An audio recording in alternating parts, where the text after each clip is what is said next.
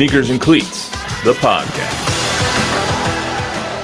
Welcome back to the Sneakers and Cleats podcast. It is Monday, June 10th. This is episode 108. Don Harris, Chuck Miketinac, back and better than ever alongside me and Bob Gambert and Javier. Let's just go with back. I don't know if we're better than ever. I'm not. I don't speak for Chuck. Yeah. Chuck's Did Luis get fired? Luis we wanted a fresh Not that we face. know of. We wanted a fresh LA Laker fan. in attendance on Mondays.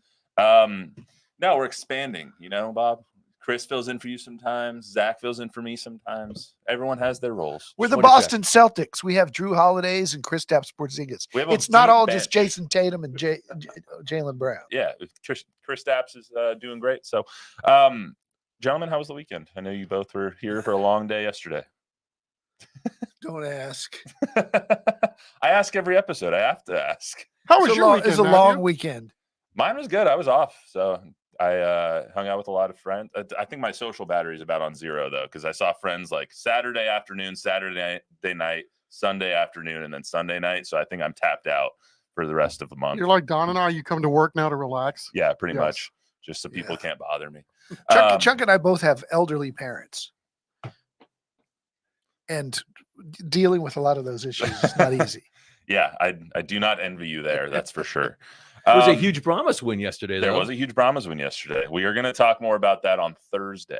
We're going to talk Brahmas UFL championship on Thursday. But yesterday was a great win. It was one of the first times that I've been glued to a TV watching a UFL game was yesterday. Usually I put it on and I'm doing trying to do something else, but I was actually really, really intensely watching yesterday. So. What'd you think of it? How does it the broadcast and the brand of football, how do you rate it? I think they do it a little gimmicky. I am not too into I like hearing the plays, but a lot of people don't know what flair means. So it doesn't really mean anything to the casual observer. I know what it is, but when you're hearing these play calls, you're like, what the hell is that? Yeah. I just couldn't believe it was a game. I mean, the Brahmas kicked the living out of those guys, and yet their defense was fantastic. Back-to-back plays by San Luis. And how about the San Luis fans flipping the birds at our guys when they're in the end zone? I mean, just stay classy, St. I think Louis. It's a really weird thing that the Brahmas are going to be playing in St. Louis for the third time in 3 weeks. Yeah, that's crazy. And the thing I really don't like about it is, and it's really helped the Brahmas out this year, but I get it, the way they do the scoring and the way you do the onsides and get it back and everything. The game's never over till it's over. But you can dominate a football game for 3 quarters and 10 minutes and lose. And I don't know if it makes it exciting. It's good for TV, but I don't know if that's good for football. Yeah, I mean, the 3-point play, I can do without the 3-point play at the end of the touchdown. Like a 1 and a 2 is fine. I like the no onside and actually running a play instead of the onside kick, 4th and 12. Yeah. I like that more. But it did keep it interesting because it was a 10-point game going into the final 2 minutes, and there was actually a chance that St. Louis could come back. And I was thinking maybe the Brahmas should go for it on 4th and 12 up 10, right? Yeah. I mean, what would preclude them from doing that? Exactly. It creates a lot more of that stuff. But we got a lot of other stuff to get to today. Caitlin Clark, once again in the news, this time snubbed from the Olympic team. Is it news? Apparently. So is it a big deal? Should a lot be made of it? It's grabbing headlines all over the country today, so we'll talk about it. The rumors are continuing to swirl around the San Antonio Spurs and what they're going to do with their draft. Could they trade both of their first-round picks to move up? We'll see what Don thinks on that one. I know he's got an opinion on it, as he usually does on Spurs things. What's the likelihood of that happening? Are they going to trade for Darius Garland? Are they going to trade for Lauri Markkanen? A lot of different things kind of swirling around the San Antonio Spurs with less than 3 weeks to go before the draft. But as we always do, we start with the number game, number 8. I think a lot of us here in Texas are going to think of Troy Aikman, right?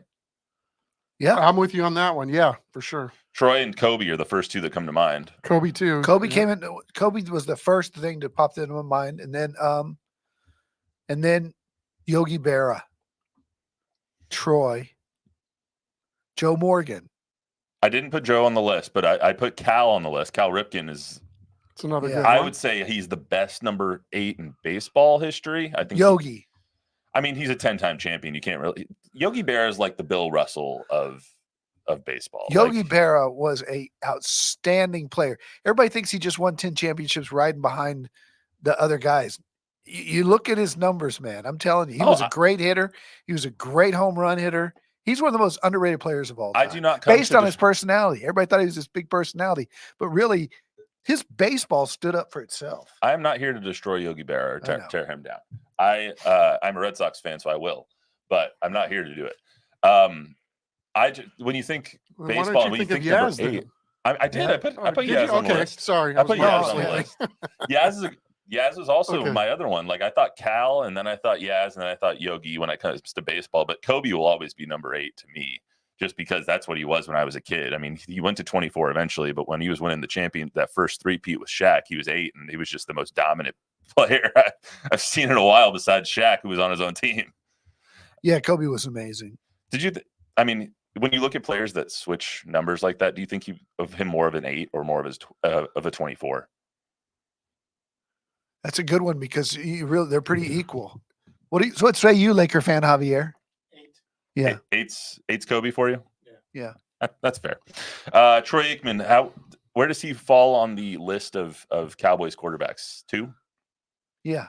Behind Staubach? Yeah. Is that a general consensus? I think with so. all those ships, you better believe it. Yeah. I think so. I think so. Also, number 8 is Willie Stargell. Yeah. Alex Ovechkin, another good number 8 for our hockey fans out there with the Stanley Cup playoffs going on right now. Also in 2008, Giants defeated the Patriots in one of the biggest upsets of all time, stopping the undefeated season from happening. Stuck on the helmet game? Yep, that was the David Tyree game. Somehow he wasn't the MVP. It was Eli Manning in that game because he got out of the sack and ended up chucking that ball up for it's a great play. Whatever the hell happens. I think that's one of the top 10 plays in NFL Super Bowl history. Has to be. Yeah. Probably top 5.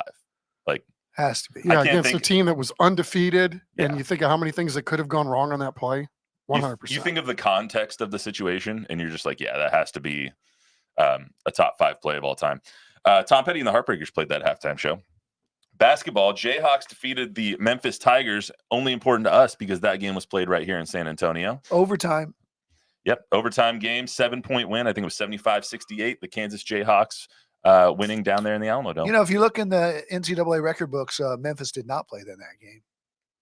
Oh, was that one taken away from them? Of course. Everything Cal has ever coached has been taken away from them. I forget that was a Cal game, too. Celtics defeated the Lakers to win the NBA Finals. And in golf, my favorite of Tiger Woods' championships, the 2008 U.S. Open. We are in U.S. Open week. That is this weekend. 2008 U.S. Open, when he won on one leg against Rocco Medier. You could see him writhing in pain and then having to play a whole nother 18 on the Monday afterwards because he tied it late on Sunday. It was my favorite of all of his championships until the 2019 Masters. So that was, it's just so unbelievable. Yeah, he was really, really, that putt, Rocco knew it was going in. We all did. Yeah, and Rocco played out of his mind too, just to keep up and make himself, or put himself into that position. Just a shame that he got Tiger Woods. Yeah, he got Woods. That's for sure. All right, let's get to some topics at hand. So Caitlin Clark was left off of the Olympic roster once again through no fault of her own, back in making headlines because she was left off.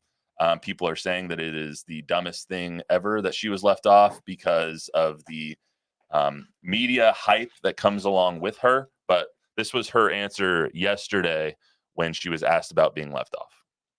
Caitlin, what was your reaction when you saw the USA team yesterday, the roster come out? Yeah, I think I'm excited for the girls that are on the team. I know it's the most competitive team in the world, and I know it could have gone either way of me being on the team, me not being on the team. So, I'm excited for them. I'm going to be rooting them on to win gold. I was a kid that grew up watching the Olympics, so it'll be fun to watch them. What was your level of disappointment not kind of hearing your name on the roster? Honestly, no disappointment. Like, I think it just gives you something to work for.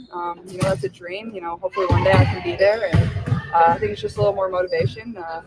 You remember that, and hopefully in 4 years, when 4 years comes back around, I can be there. So obviously now today people are saying that you have to strike while the iron's hot. The Olympic Committee has to put her on there because of the media attention that she and the fanfare that she has, and a lot of people saying things like what Shannon Sharp said this morning on First Take. And it's just it is what it is. Let's just hear from Shannon real quick. At some point in time, we've got to stop talking about we're trying to grow the game. Because you got no, listen, is she as accomplished? Will she ever be as accomplished as a Stewie, as an Asia Wilson? And I believe those two, obviously, they're slam dunk. They're the two best players in the WNBA, hands down, and it's not even close. But are we really trying to grow the game? Because this is the most popular women's basketball player in the world, and it ain't close. They had to move the Mystics game to an NBA arena. It's true. They did. They moved a Mystic game from their small 4,000 seat arena to an NBA arena, and then they sold that out. So what do you guys make of this whole Olympic snubbing? I'll just put it that way.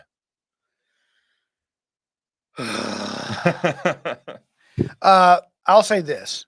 They all have very good, valid points that she would elevate the game, that the marketing aspect of the U.S. women's basketball team would be bigger with her on it. But that's not the reason that you put someone on a team. You put someone on a team because they're one of the best 12 players and they deserve it. There have been a couple of exceptions to that. One was Christian Laettner when he was added to the Dream Team, because that was part of the negotiations with USA Basketball. That was the first NBA team to go. USA Basketball made a contingent, what's it called? The word I'm looking for. One exception. Like a concession. Yeah, you have to put at least one of our college guys on.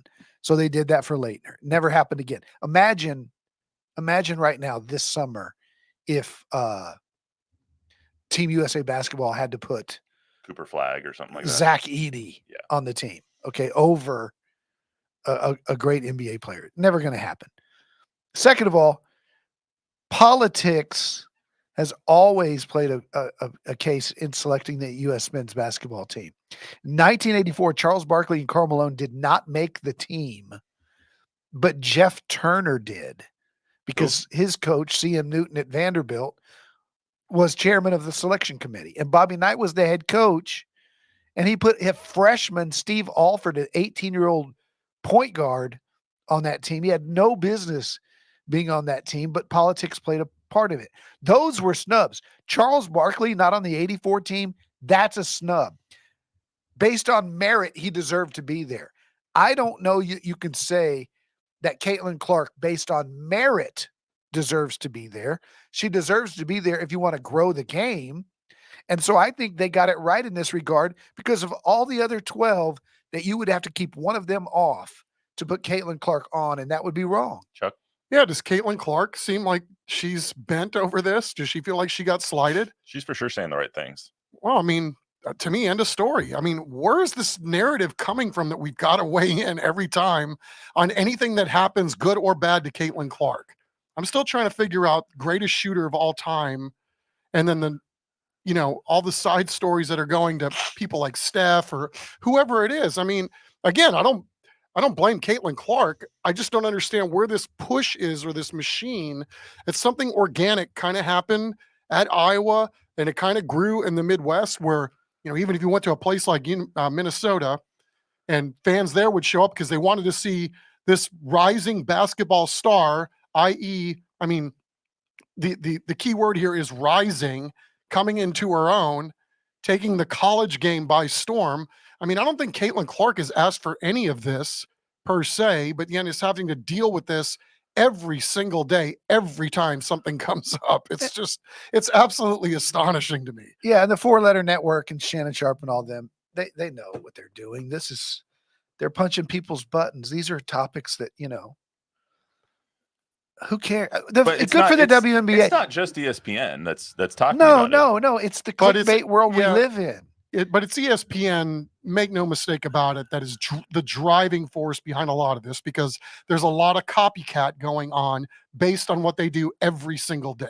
They set the narrative, they make the news, and then everybody's forced to kind of pick a side or have a reaction. Well, looking at it as it seems like there's two sides to it. It's like kind of not touching the narrative-based aspect of this, but should they be thinking more about their marketing? Should the WNBA be arguing that Caitlin Clark should be on the team because of the following that she does have? On a national stage, do you want your most popular athlete, whether she deserves it based on merit or not, do you want your most popular athlete playing? Let me ask you a better question. Has there ever, before Caitlin Clark, been a situation where that was the question asked? Like when Michael Jordan came up, Michael Jordan was very popular, but did everybody say, we have to do this for Michael Jordan based on the fact that he's popular? No, they did it based on the fact that he had merit, that he was the best as a rookie. Can you keep him off as like this Wembanyama question mark? You know, Wemby should have been Defensive Player of the Year. He was not because he was a rookie, right? Yeah. And because people held that against him. That's also wrong. But based on merit, you could have made, but just because Wemby was popular, no one ever said he should be the Defensive Player of the Year because the people in France love him. He is so popular that we need to do something to elevate his status because he's popular. That's putting the cart before the horse. The entire Caitlin Clark narrative is the cart before the horse. It's because she's popular. Let's wait. Let's wait and see if she becomes the best player in the women's game. She's nowhere close to that now. She's nowhere close to being one of the top 12 now. So based on merit, she doesn't deserve to be on the team. I don't dislike her. I think she's going to be the best player in the NBA in a few years, but she's not now, just like Wemby's not now. But you could also argue that like Diana Taurasi is not one of the top 12 players in the WNBA right now, but everyone knows who Diana is, so she's on the team, and she's been a captain for so long. I mean, she's been on this team winning gold medal after gold medal after gold medal for years. No, there's reason that people are on the team, right? She's on the team. Okay, I'll give you a great example. Greg Popovich was not going to Tokyo without Drew Holiday in 2020.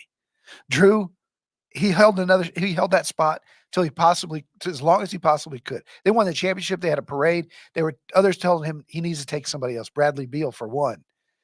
He said, I'm not going to Tokyo without Drew Holiday. Drew Holiday was not one of the best 12 players in the world at that time, but he fit what they needed. They needed a lockdown perimeter guard. So maybe they don't need any more three-point shooting with Ionescu on the team and Breanna Stewart on the team. They need Taurasi's leadership, toughness, defense, which is why you put her on the team. It's not based on fantasy numbers. There's reasons these coaches want these players on the team. You just blew my mind a little bit. I just from the coverage and everything, I thought Caitlin Clark was like one of the top 5 best players, but she's not even in the top 12. I don't think so. That's wild. Not yet. But I'll be the first to admit I am no WNBA player personnel expert. She's a very good player, but this is getting off a topic a little bit, but just based on like what she's done so far, and I'm no WNBA expert either, but they're milking the cash cow as much as they possibly can. Every single network, every single podcast, us included, we're talking about Caitlin Clark because people are talking about Caitlin Clark, and like that's why she's a great shooter. She's a great scorer. She's a great scorer. Caitlin Clark is not one of the top 12 players in the WNBA right now. She probably will be at some point, but they played 11 games before the Aces played 7 because people are trying to get her on TV. That's what they're trying to do right now. And it might have been a good marketing play, but let me tell you this, for everybody saying, oh, NBC really I don't know. NBC knows the Olympics. The Olympics is swimming in week 1, gymnastics in week 2, track and field in week 3, always in prime time. Women's basketball, even men's basketball, with the most popular players in the world, Kevin Durant and those guys, they're stuck on Peacock somewhere at 2:00 on a Thursday afternoon most of the time, right? So I don't think NBC's like craving Caitlin Clark. But would their time slots be different if Caitlin was on the team is the question. Would the Olympics then blow out their coverage saying we need to get Caitlin Clark and the women's basketball at a time slot when they can watch it here in the States because Caitlin Clark is going to demand those kinds of numbers because it's all about the ratings anyway. I don't think so because she's not going to play. If she was on that team, she'd be riding the pine like Christian Laettner. Any comment before we move on? Tom Guerrero from the business office. Que pasó, Tomás? 12. He wants to know how many rookies have been elected to play in the Olympics. That I don't know. In the NBA, I don't know. He didn't say. Well, the NBA used to be college only, so it would be none, other than Leitner, who was going to be a rookie in '92. I mean, Wembanyama is going to be a rookie this year, so I mean he'll play on for France. Yeah, I'm talking about for Team USA. Yeah. And then Michelle Thompson had a comment. She said, "Newsflash: she's the reason the WNBA is even being watched. Not to mention her 3-pointers. You're not wrong. At least she's an actual woman." And then she went on to say other that's stuff. that's wrong. All right, that's a different. We're going to stay away from the last part of that, but you're not wrong. She is watching the WNBA, or a lot of people are watching WNBA because of Caitlin Clark. Just to close, that's true. Just to close out this topic, the players on this list are Asia Wilson, Sabrina Ionescu, Brittany Griner, Diana Taurasi, Brianna Stewart, Kelsey Plum, Jewel Lloyd. Who are you taking off? That's the thing. Like, you're taking off. Okay, the 12th person on this list, Kayla Copper. Excuse me. She's a one-time WNBA champ. She's a 3-time All-Star. Jackie Young, 2-time All-Star, 2-time WNBA champ. She's averaging 18.3 points this year. Who are you taking off? There's nobody to take off to put on Caitlin Clark based on merit. All you would be putting her on for is to get eyeballs. And to me, I agree, that's wrong. You shouldn't just put her on there just to make a dog and pony show out of this. That doesn't make any sense. She will be there in time, and this will all be in 4 years. If she deserves to be on the team, if she's still as popular as she is right now, she will be on the team, and we will say, wow, popularity won't have anything to do with it. It'll be based on merit. All right, let's move on to the NBA draft. There's a lot of rumors, and the Spurs seem to be at the center of almost all of them. First and foremost is ESPN Jonathan Givoy. Giveaway or Grivoy? One of the two. Your boy. He is reporting that it is being rumored and talked about that the Spurs will are thinking about trading 4 and 8 to move up to number 1, with their eyes set on the French star Alex Sarr. Don, you are our basketball guy. I would like you to do you think that would be a good idea to get, one player instead of 2? I'm not smart enough to know, and I don't think he knows, and I don't know if that's accurate at all. And if they are thinking about, look, I could see somebody trading 4 and 8 in this draft to get the one player that they think is going to be a really good player in this draft, because it's not very deep. So it might be accurate that 1 is going to be more valuable than 4 and 8, and 1 good player versus 2 okay players. Because some of the players they're talking about at 8 are scouts think will be just kind of role players in the NBA, decent role players, right? Doug McDermott's of the world. I would be shocked if Sarr is their guy. I think Sarr was at the top of the boards because that's what Atlanta needed. I don't think they need another 7-footer, and I don't think they target Sarr as the one guy in this draft. Maybe. No one knows what the Spurs are going to do. They traded George Hill and picked Kawhi Leonard at 15, and we had never heard of him. We had never heard of Josh Primo in all the weeks leading up to that draft, and they took him at 12 or wherever they took him. So they're going to surprise us on draft night, and if they pick Sarr, that would really surprise me, because I don't think they need another 7-footer. And I think the one guy at the top of this draft that's the very best, surefire, Jaylen Brown, next Jaylen Brown type NBA stud is Stephen Castle from UConn. And I think he could go number 1. He could go 4. He could go 4. But if they think Houston will take him at 3, if Sarr and Risha Shea go 1-2, then I think they would trade up to make sure they got Castle, if that's their guy. It's all about who their guy is. That's right. That's right. Chuck, as far as there's another rumor swirling around that Darius Garland is a potential target, the Cleveland guard. There's another rumor swirling around in the Spurs, actually the odds-on favorites to trade for or to acquire Lauri Markkanen out of Utah. What do you make of the Spurs being at the center of all of these trade talks before the draft? Well, they have a lot of assets, right, that they could give up in order to get any of those 2 guys, and who wouldn't want to have either one of those guys on their team? But, going back to the previous question about the Spurs packaging to move up to number 1, if you read those stories, it's always the Spurs are thinking about doing this and they're interested in doing this. But the question is Atlanta so moved to take that pick and then make the trade. I mean, after you can argue the last time they made a Spurs trade or a trade with the Spurs, they got fleeced. Totally. They can't afford to do that again. So on the surface, when I see a story like that, I tend to want to dismiss it. So, I mean, I think there's a lot of things that the Spurs can do. And to their credit, they have positioned themselves very well to do a multitude of things. And I think Don said it best, and I think we've said it before here, that only they know what they're going to do.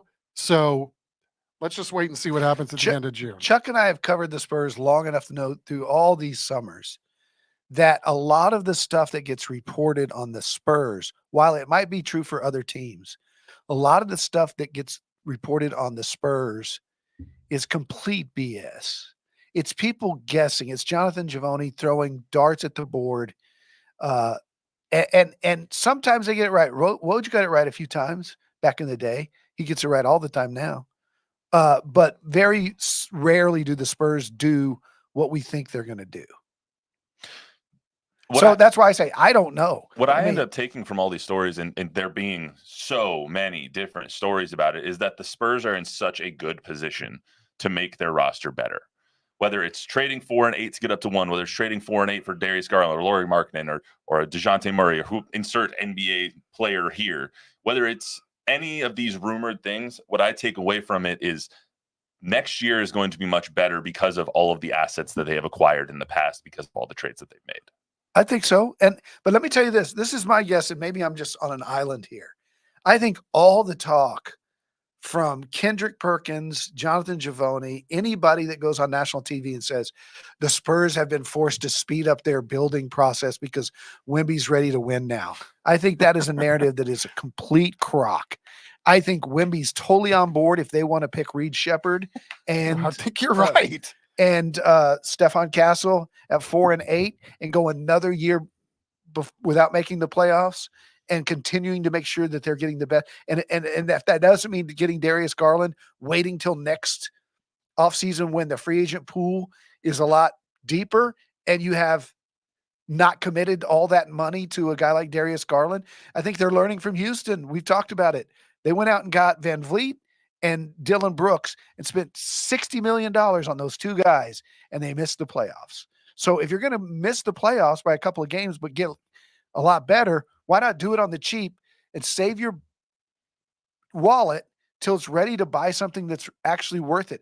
I think the Spurs are playing the long game, and now on draft night, if they trade 4 and 8 for Darius Garland or for whoever, Brandon Ingram or whoever is being talked about, I will be surprised. What you're saying is that they've built up enough equity with the fan base, and because of the length and longevity of their last run, that we should believe in the process of building this team for another long run. Pop even talked about Sam Presti in Oklahoma City and how they did it. And that's the course that the Spurs are on now. And they could expedite the process, but I don't think it's because Wemby's ready to win now or because Wemby's saying, I want to win now. I think that whole narrative is wrong. Yeah, I think you got to build your house one little brick at a time. And I've said it a million times. The best part about rookies is rookie contracts. So if you get a chance to get 2 really good players and they're both yours for 4 years minimum, why wouldn't you go that route?